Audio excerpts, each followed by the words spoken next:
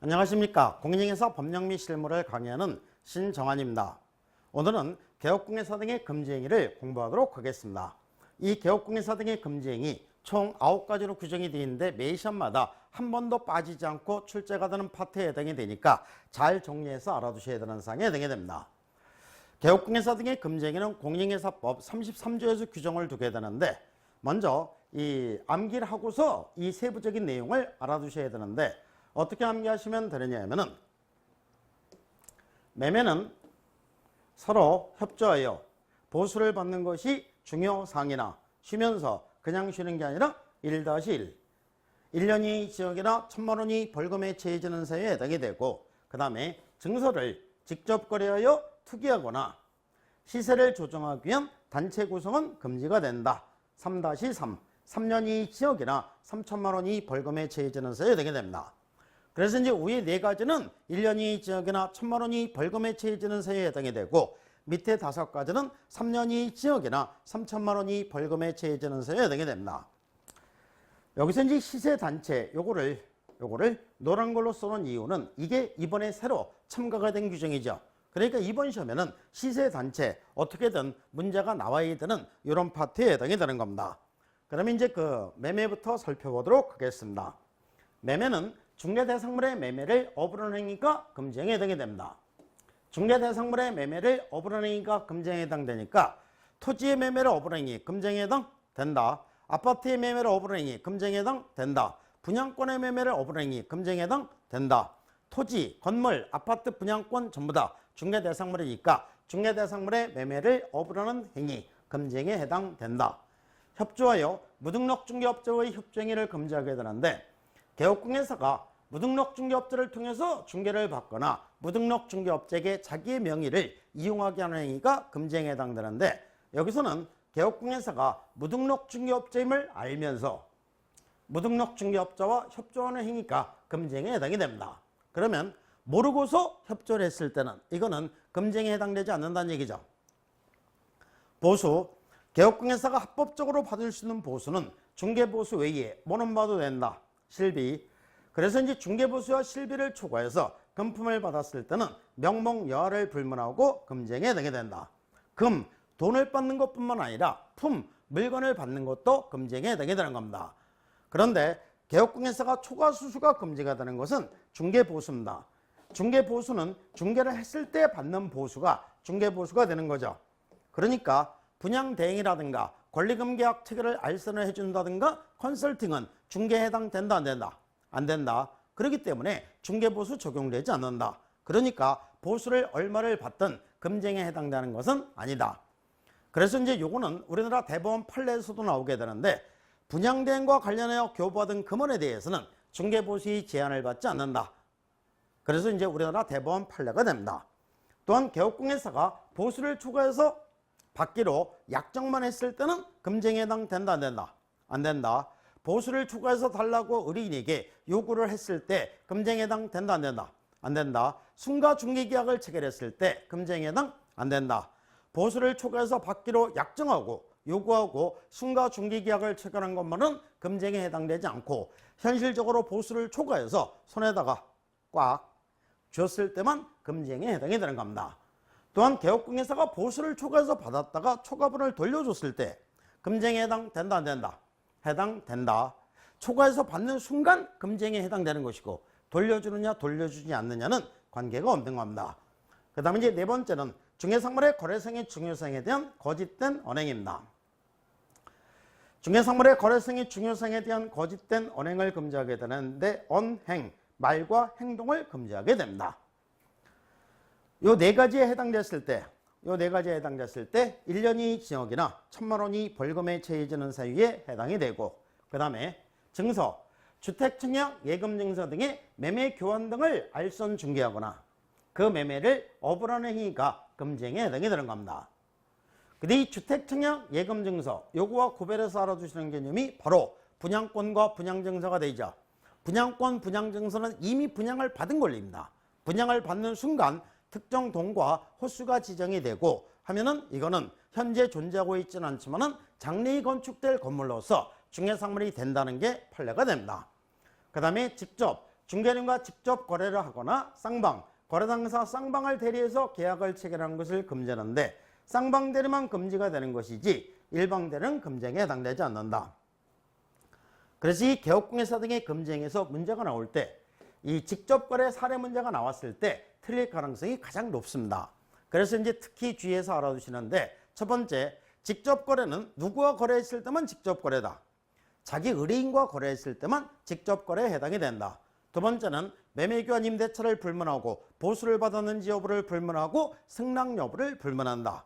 다섯 번째, 개업공예사가 중개 의뢰인의 대리인이나 수임인과 계약을 체결했을 때 직접 거래에 해당된다 안 된다? 된다. 여섯 번째는 개업공예사가 의뢰인과 배우자 간의 계약 체결을 중개했을 때 직접 거래에 해당된다 안 된다? 안 된다. 그 다음에 일곱 번째는 개업공예사가 다른 개업공예사의 중개에 의해서 자기 의뢰인과 거래를 했을 때 직접 거래에 해당된다 안 된다? 안 된다. 여덟 번째는 개업공예사가 다른 사람과 공동으로 해서 자기 의뢰인과 거래를 했을 때도 직접 거래에 해당이 된다. 그래서 이제 요 여덟 가지를 잘 알아두셔야 되고, 그 다음에 쌍방 대리. 거래당사 쌍방을 대리해서 계약을 체결하는 것을 금지하는데 일방 대리는 금지행에 해당되지 않는다. 그래서 이 일방 대리가 정답이 되게끔 문제가 나온 경우가 많이 있게 됩니다. 다음 중 개업공예사 등의 금지행에 해당되지 않는 것은 1, 2, 3, 4, 5번 일방 대리. 그러면 이게 정답이 되는 거죠. 양쪽을 대리해서 계약을 체결했을 때 금지행에 해당되고 한쪽만 대리해서 다른 당사자와 거래를 하는 것은 직접 거래 일방대리로서 금지행에 해당되지 않는다.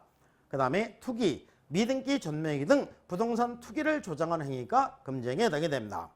시세, 이 시세 단체 이번에 이제 새로 도입된 제도니까 잘 정리해서 알아두시는데 중개사물이 시세에 부당한 영향을 주거나 줄 우려가 있는 행위가 금지행에 해당이 되는 겁니다. 그래서 이제 자기나 제3자에게 부당한 이익을 얻게 할 목적으로 거래가 완료된 것처럼 꾸미는 등 중개사물의 시세에 부당한 영향을 주거나 줄 우려가 있는 행위가 금지행에 해당이 되는데 이거는 이제 새로 도입된 내용이니까 이 법령 원문 그대로 옮겨져서 문제가 만들어질 수밖에 없는 겁니다. 단체를 구성하여 특정 중개사물에 대해서 중개를 제한하거나 공동중개를 제한하는 행위가 금지행에 해당이 되는 겁니다. 그래서 시세단체 새로 도입된 것으로서 3년 이하 징역이나 3천만 원 이하 벌금에 처해지는 사유에 해당이 된다. 요거를 특히 잘 알아두셔야 되는 사항에 해당이 되는 겁니다. 이와 같은 개업공예사 등의 금지행위는 개업공예사 등의 금지행위입니다. 등자가 들어가니까 누구까지 포함된다? 고용인까지 포함되는 거죠. 그렇기 때문에 고용인이 금지행위라는 경우와 개업공예사가 금지행위라는 경우가 있을 수 있겠죠. 그러면은 개업공예사가 금지행위를 했을 때 이로 인해서 고용인은 책임을 진다 안 진다? 안 진다. 사장님이 잘못했다고 해서 종업원이 책임을 지는 경우는 없습니다. 그러나 고용인이 금지행위를 하게 되면 그를 고용한 개업공예사는 책임을 진다. 여기에 대해서 공인중개사 법령은 뭐라고 규정해 놓고 있습니까? 본다라고 규정하고 있습니다. 고용인의 업무상 행위는 그를 고용한 개업공예사로 본다. 같은 뜻은 뭐라고요? 간주한다. 그러니까 추정한다. 이렇게 하면 X가 되는 거죠. 그래서 이제 고용인이 금지행위를 하게 되면 민사상 손해배상 책임을 지게 됩니다. 그럴 경우에 그를 고용한 개업공예사는 어떻게? 연대해서 손해배상 책임을 진다. 그러니까 손해를 본 의뢰인은 행위란 고용인에게 손해배상 책임을 물어도 되고 그를 고용한 개업공예사에게 손해배상 책임을 물어도 된다는 얘기입니다. 또한 고용인이 금지행위를 해서 그를 고용한 개업공예사가 의뢰인에게 손해배상을 했을 때 개업공예사는 고용인에게 구상권 행사할 수 있다 없다? 구상권 행사할 수 있다. 또한 고용인의 업무상 행위가 이 금지행위에 해당되면 이 형사책임에도 해당이 됩니다. 위에 네 가지 매매는 서로 협조하여 보수를 받는 것이 중요사항이나 1년 이하 징역이나 1,000만 원 이하 벌금에 처해지는 사유에 해당이 되고 밑에 5가지 증서를 직접 거래하여 투기하거나 시세를 조정하기 위한 단체 구성은 금지가 된다. 3-3 3년 이하 징역이나 3천만 원 이하 벌금에 처해지게 됩니다. 그럴 경우에 그를 고용한 개업공예사는 어떻게? 동주에 규정된 벌금형으로 처벌한다. 해서 행위자를 벌하는 외에 그를 고용한 개업공예사도 같이 처벌하는 양벌 규정으로 두고 있습니다. 이 양벌 규정에서는 몇 가지를 주의해서 알아주신다? 4가지. 첫 번째, 양벌 규정은 어디에서만? 행정형벌에서만 1-1, 3-3 행정형벌에서만 양벌 규정이 적용이 되는 것이지 행정질서벌, 과태료 처분에서는 양벌 규정은 적용되지 않는다. 두 번째, 동조에 규정된 벌금형으로 처벌한다는 것은 벌금형에 대한 뭐 같은 거다?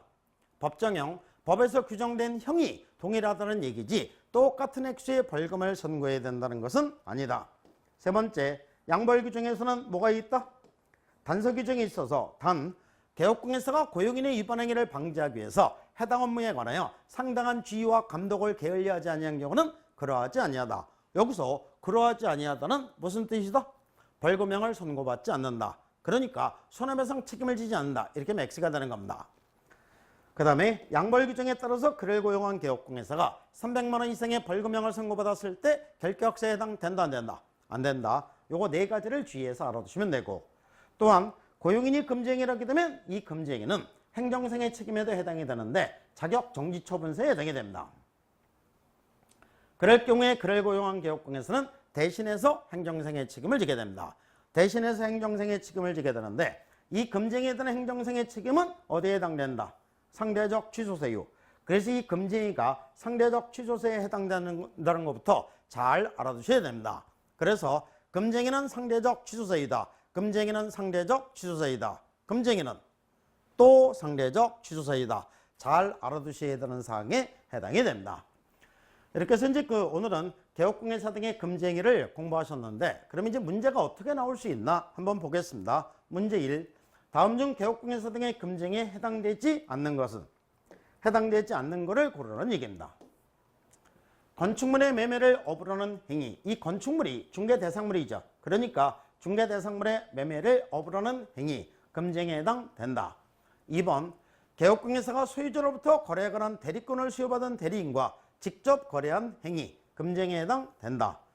그래서 개업공예사가 이 중개의뢰인이 대리인이나 수임인과 계약을 체결해도 직접 거래에 해당이 된다. 이렇게 되겠죠. 3번. 개업공예사가 주택의 분양대행을 하고, 주택의 분양대행입니다. 주택의 중개보수를 초과하여 금품을 받는 행위. 금지행위에 해당된다 안 된다? 안 된다. 여기서 이 분양대행은 중개에 해당되는 게 아니니까 보수를 얼마를 받든 금지행위에 해당되는 것은 아니다. 이렇게 되겠죠. 개업공예사가 중개의뢰인으로부터 매도 의뢰를 받은 주택을 직접 자기 명의로 매수하는 행위. 금지행위에 해당된다. 그러니까 중개의뢰인과 개업공예사가 직접 거래를 한 거죠. 그 다음에 단체를 구성하여 특정 중개사물에 대하여 중개를 제한하는 행위. 금지행위에 해당된다. 특정 중개사물에 대해서 중개를 제한하는 행위가 금지행위에 해당이 되는 겁니다.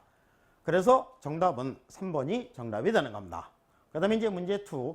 다음 중 개업공예사 등의 금지행위에 해당되지 않는 것은? 금지행위에 해당되지 않는 것을 고르라는 얘기입니다. 개업공예사가 제3자에게 부당한 이익을 얻게 할 목적으로 거짓으로 거래가 완료된 것처럼 꾸미는 행위. 금지행위에 해당된다. 시세조정행위가 되는 거죠. 그 다음에 개업공예사가 단체를 구성하여 단체 구성원 이외의자와 공동중개를 제한하는 행위. 금지행위에 해당된다. 단체가 됩니다. 개업공예사가 중개의뢰인으로부터 보수 명목으로 법정 한도를 초과하는 당좌수표를 교부받았으나 그 후에 부도 처리된 경우도 금지행위에 해당된다. 여기서 부도 처리가 되거나 아니면 그대로 돌려줬어도 금지행위에 해당이 된다. 개업공예사가 중개의뢰인을 대리하여 타인에게 부동산을 임대하는 행위. 그러면 한쪽을 대리했습니까? 양쪽을 대리했습니까? 한쪽만 대리했죠. 그러니까 일방대로서 금지행위에 해당되지 않는다. 중개의뢰인 한쪽만 대리해서 타인에게 부동산을 매매하는 행위는 한쪽만 대리한 것으로서 일방대로서 금지행위에 해당되지 않는다. 개업공예사가 매도의뢰인과 서로 짜고 매도의뢰 가격을 숨긴 채 이에 비하여 무척 높은 가격으로 매수인에게 부동산을 매도하고 그 차익을 취득한 행위. 금지행위에 해당된다. 이렇게 해서 이제 4번이 정답이 된다. 이렇게 해서 개업공예사 등의 금지행위를 살펴봤는데, 그러면 이제 문제 3. 다음 중 개업공예사 등의 업무 방해행위에 해당되지 않는 경우는?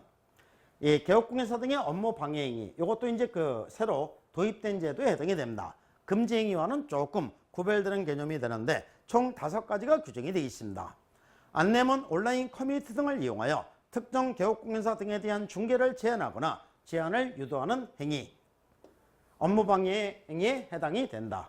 특정 개업공개사 등에 대한 중개 의뢰를 제한하거나 제한을 유도하는 행위, 업무방해 행위에 해당이 되고, 안내문, 온라인 커뮤니티 등을 이용하여 중개상물에 대한 시세보다 현저하게 높게 표시 광고 또는 중개하는 특정 개업공개사 등에게만 중개를 하도록 유도하는 행위, 업무방해 행위에 해당이 되고, 그 다음에 안내문, 온라인 커뮤니티 등을 이용하여 특정 가격 이하로 중개를 의뢰하지 아니하도록 유도하는 행위, 업무방해 행위에 해당이 되고, 정당한 사유 없이 개업공개사 등의 중개상물에 대한 정당한 표시, 광고 행위를 방해하는 행위, 업무방해 행위에 해당이 되고, 개업공개사가 중개상물에 대한 표시 광고를 하는 경우에 현저하게 높은 가격으로 중개상물을 광고하는 행위, 이거는 업무방해 행위에 해당되는 건 아니죠.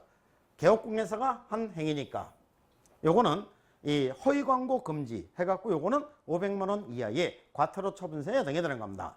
그래서 개업공개사 등의 업무방해 행위 이렇게 되는데 전부 다 3년 이하 징역이나 3천만 원 이하 벌금에 처해지는 사유에 해당이 되는 겁니다. 이거는 이제 개업공개사 등의 금지 행위가 아니라 개업공개사 등의 업무를 방해하는 행위입니다. 그런데 5번은 이 개업공개사가 잘못한 거죠. 허위 광고를 한 거니까 요거는 500만 원 이하의 과태료 처분세에 해당이 됩니다.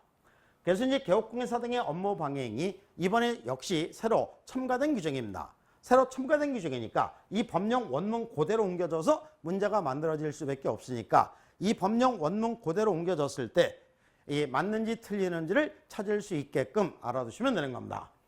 이렇게 해서 이제 오늘은 개업공개사 등의 금지 행위를 살펴봤는데 내용은 많지만 이 시험에서는 상당히 중요한 파트에 해당이 됩니다. 그래서 잘 정리해서 알아두셔야 되는 사항에 해당이 됩니다.